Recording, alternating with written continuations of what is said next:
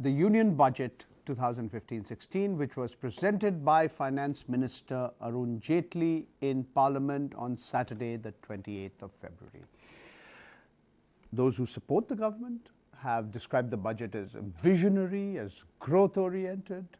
Those who have been opposed to the budget have described it as pro-corporate sector, anti-poor, and predictably said it lacks vision. So we're going to look at the budget, we're going to analyze the budget, we're going to look at the budget in the context of the current state of India's economy. And let me welcome the guests who are here with me in the studio. I'm very happy to have with me my former colleague and my senior in the profession, Mr. Shubir Roy. He's a writer and columnist with Business Standard, has been a journalist now for over 40 years. Thank you, Shubir, for coming here. And with us here is Sunil Jain, managing editor of the Financial Express, has also been a journalist from the year economic liberalization supposed started. Yeah, that's like not bad, or nearly liberalization's baby, if you want. A quarter of a century, almost there. Thank you, Sunil, for coming. Thank you. Okay, let me ask you to give the big picture first. There have been certain assumptions made in the budget documents, Shubita. One of that is the GDP, gross domestic product, in nominal terms is supposed to grow by 11.5%. The finance minister, in his speech, has assumed that the rate of growth of the economy, GDP, will be between 8 and 8.5%. So that he's implicitly assuming that the inflation rate will be contained at about between 3 and 3.5%. Now, given the fact that, within hours of the presentation of the budget, the price of petrol, price of diesel went up by about more than 3 rupees a litre, is this a realistic assumption that he'll be able to contain inflation at between 3-3.5%, which is also what the Reserve Bank of India would like the government to contain inflation at? And mind you, we're not talking here about the wholesale price index or the consumer price index. We're talking about the GDP deflator. The wholesale price index is near zero. The consumer price index is around 5%. Yes, your views. Not to try and second guess inflation, but what is important is that one should leave a certain amount of margin for uncertainties. And if you leave that kind of a margin and the nominal rate of growth assumed for the GDP, there is a certain amount of mismatch. Do you think he's been overly optimistic? Whichever way you look at it, real growth may not come up to what it is expected to come up to. Inflation may not be where it is expected to be. You've got two uncertainties there. Okay. So altogether you have around 11 to 12%. You are assuming a rise in nominal GDP, and actually as we get further into the discussion, this figure is very important because simultaneously a fairly optimistic, I would say very optimistic assumption has been made on tax revenue. Okay, we'll talk about that. So my guess is, my point is that I don't want to say where inflation is going, and the other point is that after this huge bout of inflation that we have had for a few years, leaving aside last year, I would say that even if it was close to zero, that wouldn't be earth-shaking, because you need to recover from the hangover of inflation. For the fact that for the better part of the UPA regime, we had double-digit inflation. For the next 3 years, I would say we should, even if we had about between 2.5 or 3% inflation, which is, for developed economy levels, then that would be par for the course. Okay. And of course, we have this huge fortuitous good thing. That is, oil prices have gone down. All right. And we do not know which way oil prices will behave. Now let's stop here and let's get Sunil in on precisely this question. We've been incredibly lucky, and the government has been incredibly lucky. I mean, in July when he presented a budget, the oil prices were over $100. Yeah. In June it was $115 a barrel, and then it came crashing down to less than half that figure. Now you passed on roughly a third of the benefit to the consumer, but you've kept about 2/3 of the benefit in the form of higher excise duties. But implicitly what the government is assuming is that oil prices won't go up significantly in the coming financial year. Now, again, none of us can guess the price of oil, but is this a realistic assumption given the fact that, about a third of our imports is oil, 80% of our total requirement are important? Yes. Yeah. Okay, firstly, just I know you never asked me, but I think that the inflation, first, when you're talking about a 3.5 to 4% number, you're talking about the GDP deflator. So it sort of, the numbers look broadly okay. They're in line with the CPI and the WPI. So I'm not too worried about that. But to come to your question about the oil prices, one, I think, firstly, we should never ever second guess the oil thing, but nobody really knows what's happening. Nobody could have guessed this kind so of I think sudden fall. we have to assume that everything we are saying now and other experts have said can be completely wrong. But having given that very broad disclaimer, I'd say, firstly, the fact that the government has kept a large part of the hikes and not passed them on to consumers, there are two reasons for that. One is that the oil companies have made a huge inventory loss. So they bought it each time when the price was they very buy the high. oil, they buy it about $10-20 higher than what they sell it at. So there's an inventory loss. So they are compensating the company there. Secondly, and more important, is that if oil prices do go up, and we don't know whether they will, but if oil prices do go up, the government does have a huge cushion to pass on to the oil companies by, the way they'll do it is that you've hiked the excise duty, for example. In fact, one of the reasons why the excise duty collection is so high in this year as opposed to last year. If you hadn't hiked the excise duty, you might have had a negative growth. Yeah, something that the reason why you have a 24% excise duty bump, in FY16 as opposed to a growth of 8% last year is precisely because you hiked the excise duty a lot here. So if oil prices do go up, the government has a cushion of reducing the oil price, the excise duty on oil, on petrol and diesel. And one other point, and the government is saying that this money that this kind of windfall gain that is accrued to the economy, at least a part of it would go back in the form of expenditure on highways, etc. Yeah, absolutely. Can I Yes. come in on, you see this whole excise duty, I think it is projected to go up by something like 24%. 24%, yeah. In the budget that's just presented. Now, that is really assuming that oil prices will remain where they are. And also assuming your economy in real terms will grow at 8.5%. If oil prices go up, then the excise duty collection grow even more. Then you see you have the political consequence of which is why I'm saying that if the excise sorry, carry on here. No, if oil prices go up and pump prices are not raised commensurately so as not to impact inflation, then you have your excise collections not meeting projections, isn't it? No, the point I'm making that if oil prices remain where they are, they've got this 24% coming because they've hiked the excise duty levels in. I'm saying if oil prices go up, then normally excise collection would go up because the excise duties are high. But the government has the option to bring down the excise duty. And still keep their collections at a reasonable level. I'm just saying that there seems to be enough of a safety One valve aspect there. which we haven't talked about, very briefly, both of you, state governments also impacted. Because if you look at many state governments, anywhere from a quarter to a third of their total collections of taxes come from sales tax on petroleum products. That's right, yeah. So they've also been impacted. So that could have an impact on state finances, right? Yeah. Okay. Now when we come to the deficit, Shubhita, the assumption was that you will bring it down from 4.1%, which was your targeted figure. Instead of bringing it down to 3.6%, you're bringing it down to 3.9%. And that you are accordingly amending the Fiscal Responsibility and Budget Management Act to adhere to that figure. And then you're going to bring it down further to 3.6%, not in the coming financial year, but the one after that. Now, by and large, would you go along with this? Do you think this is like sound economic strategy that Mr. Jaitley is pursuing? Because, I mean, again, this is a little contentious because if you're what you call a fiscal fundamentalist, he said, okay, you slipped up on a target. But if you believe that the fiscal deficit is not that important, but the quality of your spending, how you spend the money that you're borrowing, that's what's important. So that's what will determine, or that's what's desirable. Yes, please. 2-3 points. Number one is that, again, it's been great good luck on the fiscal deficit front. First, you've got oil prices coming down. Number two is that you raise money from telecom spectrum also. That's another. The statisticians have been most kind to the government. Yes, I'm glad you mentioned that. So you got a great good thing going, and good luck to you.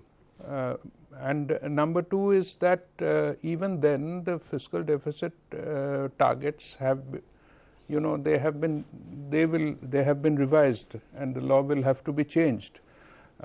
So the fiscal deficit situation, the fiscal consolidation is not really happening.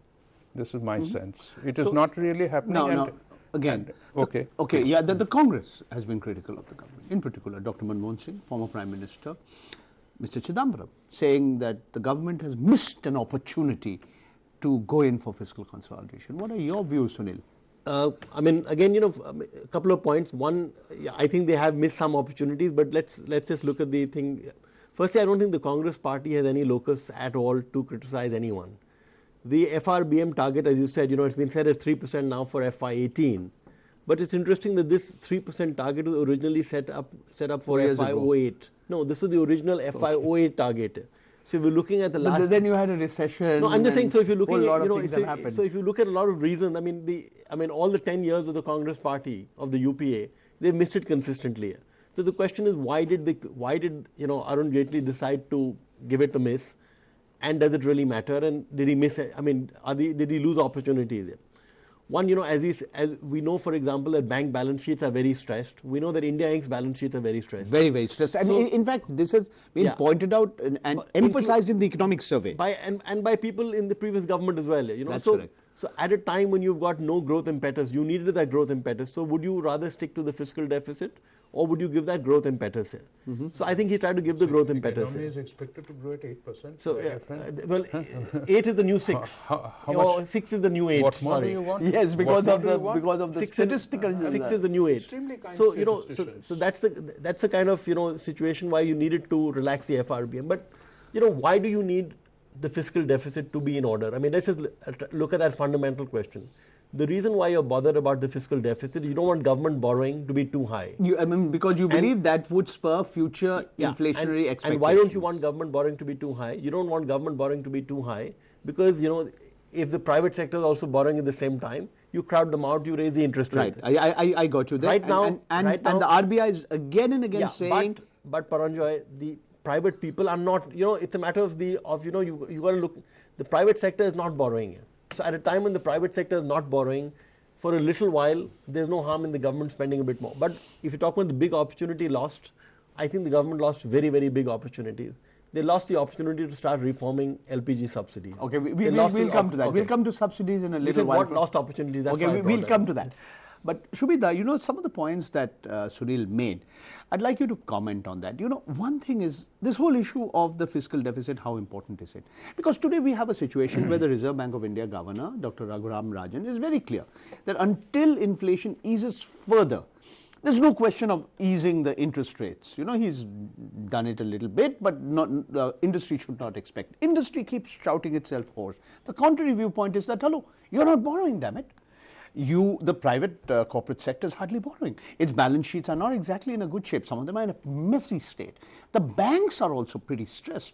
So your comments, and maybe you can link this to the government plans of some Make in India, spurring investments. At the end of the day, I suppose that's what Make in India is supposed to be all about. See, yes. At the end of the day, if there is any ratio which is more important, I would say, for a developing country which needs to invest in infrastructure, other than the fiscal deficit, it is the revenue deficit. Are you consuming? Are you wasting money?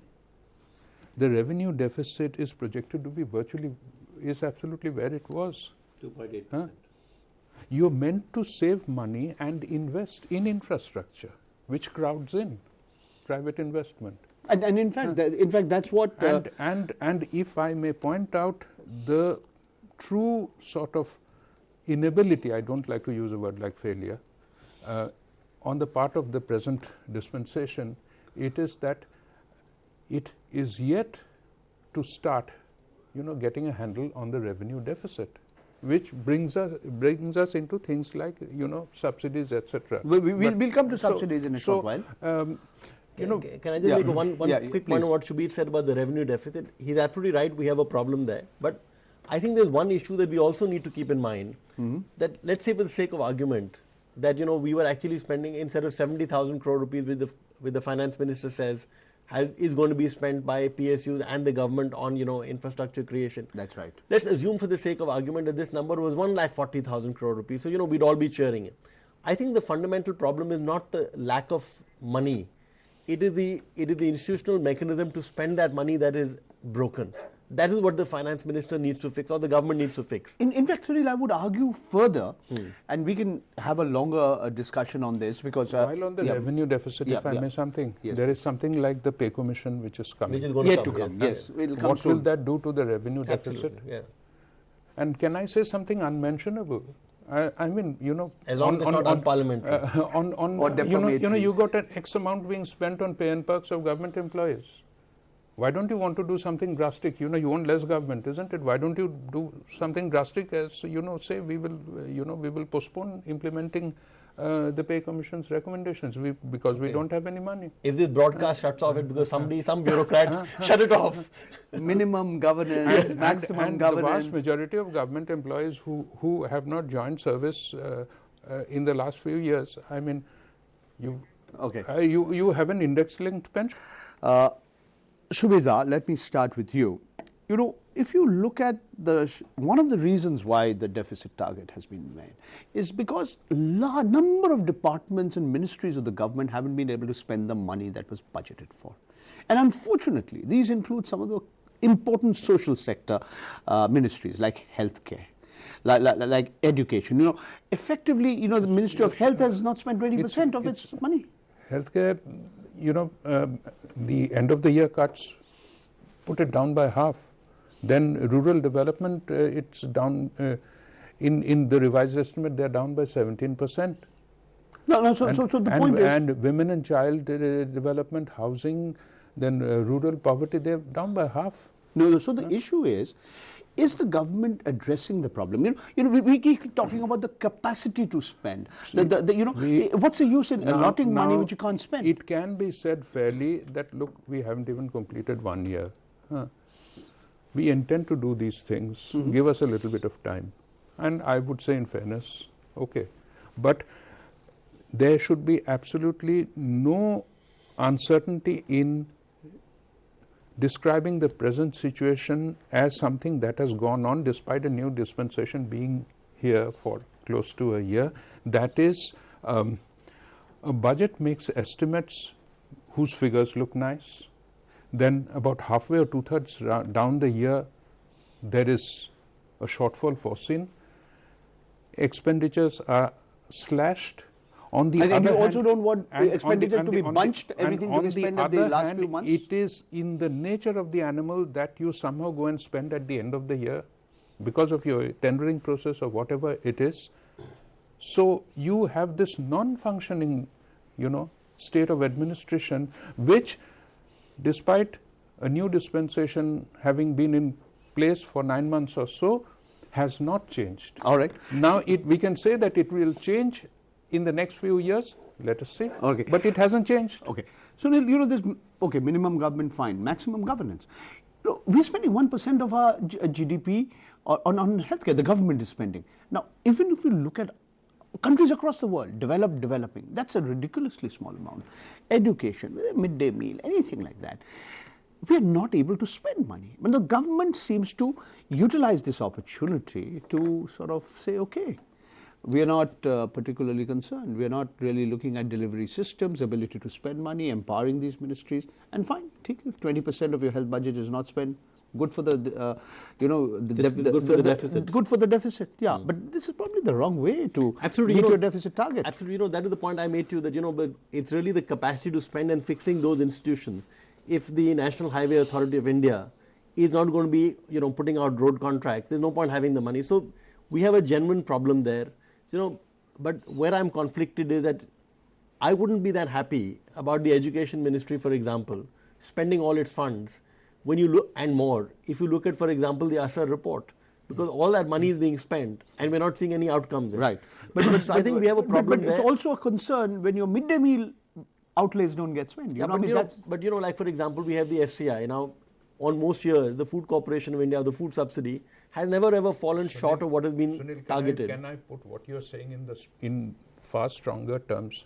The problem is not the money that is being spent in education. The problem is teachers don't know how to Absolutely. teach. So I'm saying It will take you 5-10 years. Absolutely. So in fact, my view is that we need to try and fix that institutional delivery mechanism. As Prabir Das says, that the government has been here for 9 months. Maybe that's a short time, but at some point you need to start fixing that. So, but I think more important, the government needs to start to understand that some of these things can't be fixed. You need to move away to a different dispensation. So, for example, in education, perhaps you need to move to education coupons.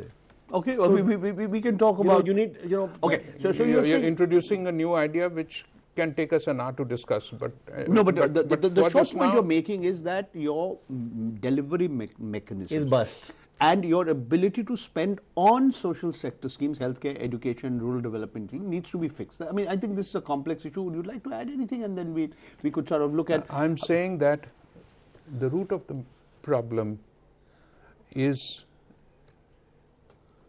so widespread and has been there for so long that an exercise like the budget, over which we spend so much time, becomes unimportant. Okay, so it becomes unimportant. Right. So educational outcomes have to be improved, so that teachers have to be there in the school, and teachers must learn how to teach. Okay. So your entire teachers' education system has to be overhauled. That's an interesting program. Absolutely. Teaching teachers is a huge problem. You talked about the Asar report. If your class 5 guy doesn't know what he should be, he's not even at class 3 level. And you have to devise new models. At the end of up till a certain level, children are automatically passed on to the next class. Okay. But in a class, you have children of different abilities. And those who do not know, they fall behind. And they are the dropouts. Okay. They are the dropouts. Shubhita, let's change the topic. I'm coming back to both of you. Let's talk about one major issue.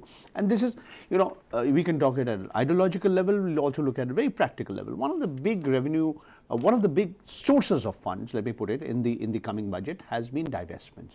Now, it's coming to almost 70,000 crores, it's 69,500 crores. Now, this is a huge amount of money, and a small part of it has been kept aside for what are called strategic sales. We are not very clear what do you mean by strategic sale. Or even the amount, to be honest. No, the amount is given. I think, if I'm not mistaken, it's 11,000. No, the strategic sale amount is given as 28,000. 28,000. There you go. Which is not small. It's a large amount. So does that mean outright sale, privatization of sick public sector undertakings, or not so sick public sector? We are not clear. But the policies and the principles. Now, look what happened in the case of the recent, you had a similar target last year. You had a higher target, by the way, and you couldn't even meet half the target. The biggest divestment was Coal India Limited. And what happened? Nearly half of the shares of Coal India was picked up by Life Insurance Corporation. So you had money moving from one pocket of the government to the another pocket of the government. Your views on this? Strategic divestment, very carefully so worded, is meant to project a revolutionary idea in a value-free manner. The government, and I understand and I sympathize and I agree with the view of this government, that it should get out of areas where it does not belong. And how you politically sell that idea is an issue. And I would say that here we are talking about disinvestment. What about the money you spend in recapitalizing banks, which are non-functional? Now, a historic role was played by the nationalization of banks in taking banking to sections where it had not reached. Notably the rural areas, agriculture, to small units. As a result, we saw the savings rate in the country going up. But the banks failed. Nationalization of banks, nationalized banks failed to take financial inclusion beyond a certain point. And we'll come to financial inclusion. No. I'm saying, therefore, we have had microfinance agencies and now small banks and now payment banks, and a very remarkably well thought out institutional mechanism has been placed to take it forward. So, what special national role nationalized banks are playing today, I do not understand, and we should stop recapitalizing them and privatize them. All right, 1 minute. That is my notion. Suggestion which will probably not meet, will be politically very difficult to manage. But before we come to that, your views on how on you this will save money on the divestment strategy, and given the past experience. I mean, take Coal India. I gave an example. Half of it is picked up by LIC. Yes, go on. One, I think to begin with, I think there's a lot of confusion even within the government on what it wants to do. So, for example, you look at that number. They've given a number of 70,000 crore rupees. 69,500 Yeah, 70,000 crore rupees is the number they've given. Within that, they give 28,000 for strategic divestment. Now, if you're talking about 28,000 crores of strategic divestment, that would mean that you're going to sell firms like Air India, BSNL, MTNL. Or ITDC, you're not going to sell. You're not going to get this from the small companies. Now, my suspicion is that in that budget document, they do not talk about the sales of the residual stake of Balco and Hindustan Zinc, and they don't talk about the Sooty shares at all. What do you mean by Sooty? The unit trust of holding shares in ITC and such companies. So it's possible that what is being sold to us as strategic divestment or privatization could actually be a large part of that could be this, which is not privatization. Residual holding of government shares in Hindustan Zinc, Bharat Aluminium, etc. And they sold the ITC shares or the Axis Bank shares or the L&T shares. Now, if the government, obviously all of us who are looking at reform, the point that Shubirda is making, that why are we wasting money on a lot of these companies? Why are we wasting money on MTNL? Frankly, if MTNL shut down, you wouldn't even get to know, because you're getting your phones from the private people. If Air India shut down and another airline would come up, you wouldn't know what happened. So my fear is that the government is not going to be aggressive. One minute. Air India is far more complex. Who's going to fly to Northeast? Who's going to fly your Prime Minister? You have a hostage crisis. Who's going to help you? You can keep some planes. Taking his point one step further, the way in which, let's say, MTNL, you're perfectly right, if it closed down tomorrow, nobody would know the difference. Take the way BSNL is running. I mean, it is appalling. I'm a subscriber to its broadband service, and over 2 and 3 years. Why do you call it service? Because over there is 2 no and service. 3 years, the decline that I have seen, makes you want to cry. This organization let me take up cudgels on behalf of Bharat Sanchar Nigam Limited. This organization, let me say, is self-destructing. So you forget the numbers. Look at why it is so. Look at the cultural issue. No, I mean, your private players are not giving money to the universal service obligation. We can discuss this as a bigger issue, but one of the points you made, and this is something I'd like you to come on, because you mentioned it. The Jan Dhan Yojana. We know every single household in this country should have at least one member with a bank account, right? Great, terrific. Earlier that proportion 60% was not there, now it's 40%, maybe over the last few months it's come down to maybe 20 or 30%, I don't know the proportion, but the point is as follows. You are saying in 100 days, starting the 15th of August, you've opened 12.5 crore, 125 million new bank accounts. But what the economic survey, what the budget doesn't tell you is 75% of these banks, of these accounts still don't have, there's zero balance, there's nothing in it. You're yet to operationalize, you're yet to link them with Aadhaar, you're yet to get your cooking gas subsidy through, you're yet to get your insurance scheme, that 12 rupees and the 36 rupee, the accidental insurance and the life insurance is operational. So you're once again meeting these targets which look impressive, but you still have a long way to go before you achieve what you call Vittya Samavesh or financial inclusion. Okay. Actually, the Jan Dhan is I'm really glad you mentioned it, because I think it is a great scheme. And I think this is my big problem with the budget, because the budget has completely failed on that, and I'll tell you why. If you look at the Jan Dhan, these 12 crore bank accounts, as you said, they don't have much money in them, so they're quite useless. No money. Yeah, 75% is no money, absolutely. And what becomes even more problematic is that the Prime Minister had promised, or the Finance Minister had promised, that each account would have a 5,000 crore rupee overdraft. A 5,000 rupee overdraft. So yes, when you look at 5,000 rupee overdraft, debit card, rupee, and multiply that by 12 crore, that's 60,000 crore rupees of a potential liability on the bank's balance sheet. Now, the way that this was all supposed to get fixed in the ideal Jan Dhan was that simultaneously the Finance Minister would start moving on direct cash transfers. That's right. So if you were not your LPG subsidies, your kerosene subsidies, your food subsidies, so the government of India spends 3 lakh crore rupees every year on social sector schemes. So the idea was that this 3 lakh crore rupees, or a significant part of it, would flow into the Jan Dhan account. So let's say that every Jan Dhan account. So the banks wouldn't get further stress. Yeah. So if every Jan Dhan bank account had, let's say, 8,000 rupees coming into it every year, and they gave a 5,000 rupee overdraft, the EMI of the overdraft would be taken care of by the money coming in. So it is a perfectly self-financing scheme which gave people financial inclusion. Not what has happened. But where the government has not been able to make a move, and this is now my big crib with the budget, I mean, is the fact that the big movement on Jan Dhan was supposed to happen with the food subsidy, and that didn't happen. And there's one more problem related to the food subsidy. The entire system right now is based on the ration shop, that you need to have the wheat and rice in the ration shop. Sunil, I'm interrupting you. We're going to take a break in our program. We're going to continue this discussion. Let's talk a little bit in greater detail about this whole issue of not just Jan Dhan Yojana, the whole Aadhaar card and JAM, as the Dr. Arvind Subramanian. Jan Dhan, Aadhaar and mobile phone. And I'll come back to both of you. We have a number of issues to discuss. We'll talk a little bit about the Mahatma Gandhi National Rural Employment Guarantee Program and also a little bit about direct and indirect taxes. Subhita, what the Chief Economic Advisor to the Government of India, the Ministry of Finance, Dr. Arvind Subramanian calls JAM, Jan Dhan Yojana, Aadhaar and mobile telephony. I mean, this is supposed to be the, as he says, the game changer. I mean, he uses a very colorful phrase. I mean, he says literally the political economy of this country, according to him, stands to change if the government can successfully implement link these schemes. How optimistic are you that this program linking the financial inclusion scheme with the biometric identity card scheme with mobile banking and more services on the mobile phones? You see, instead of being optimistic or otherwise, I would simply say that I wish the government well.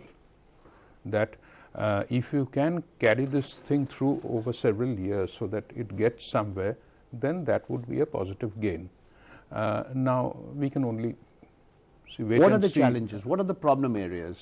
The problem areas is, the fulcrum of it is your bank account.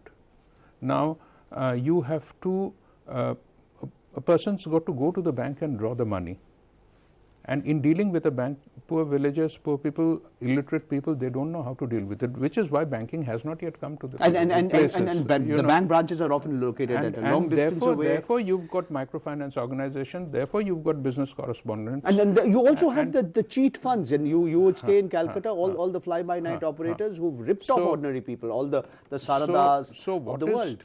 So what is needed and what we are waiting for is that, this for example, Bandhan, the new bank that is coming, they said that, our boys will go around, they will be walking ATMs. All right.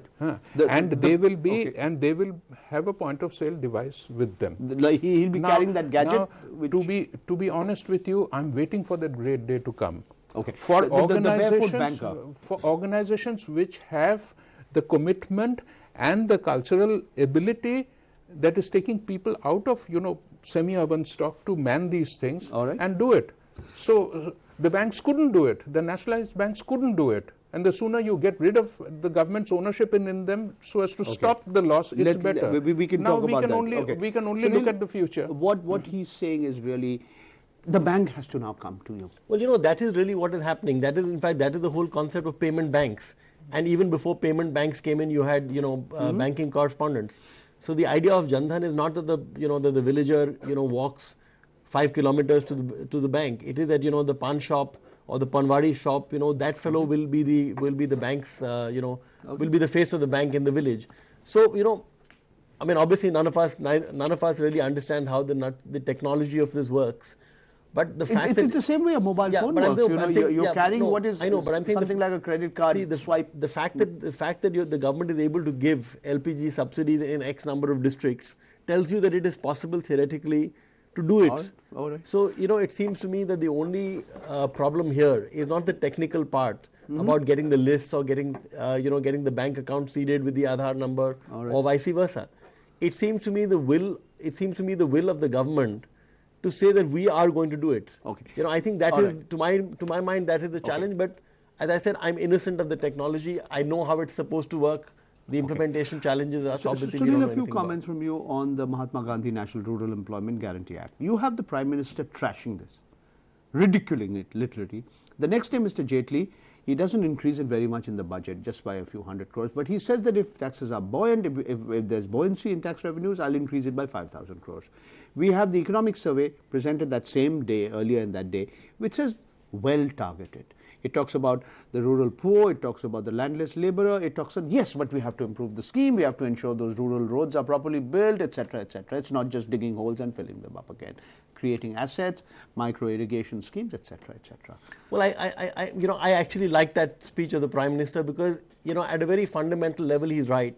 The fact that we are coming out with schemes to, make people dig ditches tells that our previous policies have not worked. So but once again, it's probably the best scheme in terms of exclusion. It's only when you desperately need the money that you're going to go out to dig those ditches. What I'm saying is that, now that you have an Aadhaar system, now that you have a Jan Dhan Yojana, assuming it works, but now that you've got a system in place, why don't you give that money which is meant for Narega as a cash transfer? Look at it from a villager's point of view. You're supposed to be, in any case, getting your Narega money straight into your bank account. No, but I'm saying that, what you're doing right now is that you're telling me, if I don't have a job, you're telling me I come to, let's say, 500 meters from my house, and I start digging a ditch there, and I'll give you 100 rupees 60 a day or 70 rupees or whatever you pay me. Now, by virtue of the fact that if you just gave me that money sitting at home, I wouldn't need to come there and do that work. Because you're not creating any durable asset with that work. One minute. Now, that to me may be highly cynical. And there are a whole lot of other people, and let me bring you into this, Shubir Roy. Many people believe that Narega has worked in some certain parts of the country. It may not have worked in other parts of the country. You've actually built assets. There is no question that it has worked. In the last few years, simultaneously, two things took place. Several things took place. One was that tremendous amount of economic activity and construction rural activity. Wages going up. And rural wages went up on the demand side, and on the supply side, there was a floor put by the Employment Guarantee Program. Now, these together have taken rural wages up in a way over a span of a few years that it had never been taken up. And now we see that rural wages are coming down, and it is going to have an impact on poverty.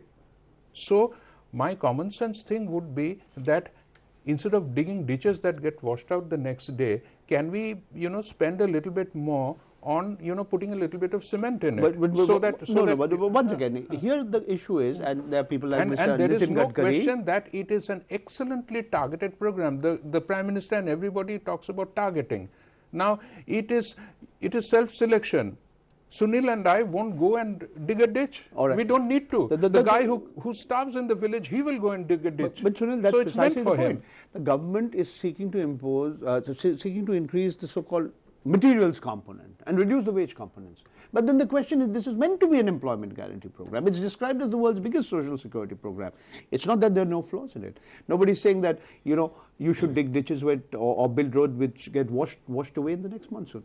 So the issue of creation of durable assets and the creation of providing employment guarantees, how do you link them? How do you enforce them? How do you ensure that both work together? You do more useful things.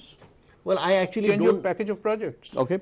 I actually don't believe that you should build more durable projects with Narega, because my view is that, frankly, if it's meant to be an unemployment insurance scheme, just give the money to people. The way Narega is targeted, whether it's, the UPA may have had 20% materials, the BJP may want, 40% materials. You're not getting, we've had a lot of these schemes in the past where you built roads and you got that thing and the next year the roads were washed away. My view is that you finally got a scheme set up by Nandan Nilekani. We have to give credit to Nandan Nilekani for this. This is nobody else's project. This is not a BJP project in that sense. You had a great project set up by Nandan Nilekani. He's given you a delivery mechanism. He's linked it to your banking correspondent. You've got that system in place. Now just start pumping in cash and let people do what they want to do rather than micromanage. This probably calls for a longer, detailed discussion. Yes. Maybe I should call you with Ritika Khera one of these days, or with John Dries, and we can have different, because they've been working on the ground on all this. Yes. But let's return to the budget. Shubhita, we see again an emphasis, you have a budget, how much are you raising? Extra revenue, 15,000 crores. And it's all from, bulk of it from indirect taxes. You're giving, direct tax giveaways. But you're raising, bulk of this money is coming from service taxes. You hope to raise about 60,000 crore extra from service tax. So once again, you already have a fairly regressive overall tax system. Your tax to GDP ratio is still very low. It's what, 12% of GDP right now or somewhere there? It had The come, central tax. The yeah, overall is a little more. 17-18%. But you are still in a situation where you're not taxing enough people. Your income taxpayers, barely 3% of the population. Yes. There is no question that the country's tax revenue, GDP tax revenue ratio has to improve, and it has to be said simultaneously that 2014 and 15 was a wasted year in this respect. Now we have to just go ahead and do it. The tax GDP ratio has to improve, and the best and the most important way of doing it is by bringing into the tax net people who are now out of it. All right. People who are avoiding paying taxes, including taxes. rich farmers. Okay, we've been hearing this for donkeys here, Suril. No. Are there any new ideas you see in this budget? Well, I mean, no, there are no new ideas in this budget as far as taxation about raising the revenue is concerned. I think at the end of the day, you just have to have more intelligence. So, you get the annual information returns, which is why you've had, you've a lot of these reports from Parthasarathi Shom. He's saying exactly the same thing, that you get lots and lots of information from a variety of sources. You have credit card payment, gold jewelry purchases, land purchases. You have all those details. You have, PAN cards being quoted. You need to now start targeting people, saying that, Sunil Jain, you spent 3.5 crore rupees last year buying property, and I find your tax returns show you have an income of only, There's a big 1 crore advertisement rupees. in the paper today. Yes. It's saying that watch out, we will go after you. We know what you're doing here. Yeah, kind so of. I think you need to do a lot more of we know what you're doing here. What Absolutely. we are seeing instead is, instead of the taxmans doing the I know what you're spending on, they're going after a few companies and they're getting spectacularly wrong here, on Vodafone, Shell and things like that. Okay, a few points on taxes on corporates. And what you see is a promise being held out that this is going to come down from 30 to 25%. And the finance minister himself points out your actual rate, your effective rate is around 23%. Yeah. So you are saying that, okay, we'll also remove some of the concessions, we'll remove some of the giveaways. In fact, the statement of revenue forgone is now close to 600,000 crores. But you don't know what you're going to withdraw. You have a promise of you're going to bring down the tax rate. Is this the best way to ensure there's certainty in the investment, overall? And is this the best way to sort of revive the investment climate? Because everybody says, yes, we need more investments, we need more job creation, etc. Well, we've actually written an editorial in the Financial Express today which said that the problem with this promise of reducing the tax rate to 20% is that we don't know how much will it go up, how much will it go down every year. Is it going to be 1.25? Is it going to be 2, 3? What is it going to be? More important, what is going to be the sequencing of the withdrawal of the exemption? So I think what the government needs to do. And then what kind of withdrawal? Exactly. There's no certainty there also. So I think what we will need to see over the next few months is large number of discussions, position papers, open, asking for comments, saying which subsidy do I remove first? Do I remove the 30,000 crore rupees of investment given to power sector developers? Do I give the 15,000 crores or 30,000 crores or whatever being given for accelerated depreciation purposes? Or the SEZ scheme, or the export scheme, or ABCD. I think what essentially happened is that the government decided on budget, or when they're doing the budget, that India's corporate tax rates are way too high compared to its competitors in Southeast Asia particularly. Not the effective rate. No, even the effective rate. Even the effective rate. Recently there have been studies which show Adani Group companies paying a ridiculously low. Like Singapore, for example, has a 17% corporate rate. Now, when the finance minister says, for example, that the effective rate in India is 23, is actually wrong. It's 25 because you have to add the dividend distribution tax. All right, okay. So, so I think they plan to go in a certain direction. Now they need to fill up the blanks. I'll let you have the last word on the program. Your final comments. The nub of the matter is that you have to remove the exemptions. And, on the indirect taxes side, you have to take away the end-use notifications. That is where the entire lobbying with the politicians and the bureaucracy is there. So you have to tackle that. Lower the rate, simplify it, and take away all exemptions. Okay. That is what you have to do. That is the political challenge. But you're going to run into a huge amount of opposition. Absolutely. I mean, FICCI and ASSOCHAM you've got a massive CII massive mandate. Okay. Exercise it. All right. Do what you should be doing. Well, we have to end now. Subhita, thank you so much for coming here to the studio of Lok Sabha Television, giving us your views. Sunil, thank you so much for coming here. And we'll know in the coming months and the coming years how these, whether in the finance bill, the finance minister goes back on some of his proposals, whether some new changes are introduced. We have to wait and watch a whole lot of things. Thank you once again to both of you. Thank you. And thank you very much for being with us on this program. We've discussed the current state of India's economy, and we've looked at what the budget really means for you and the economy of this country in the coming months.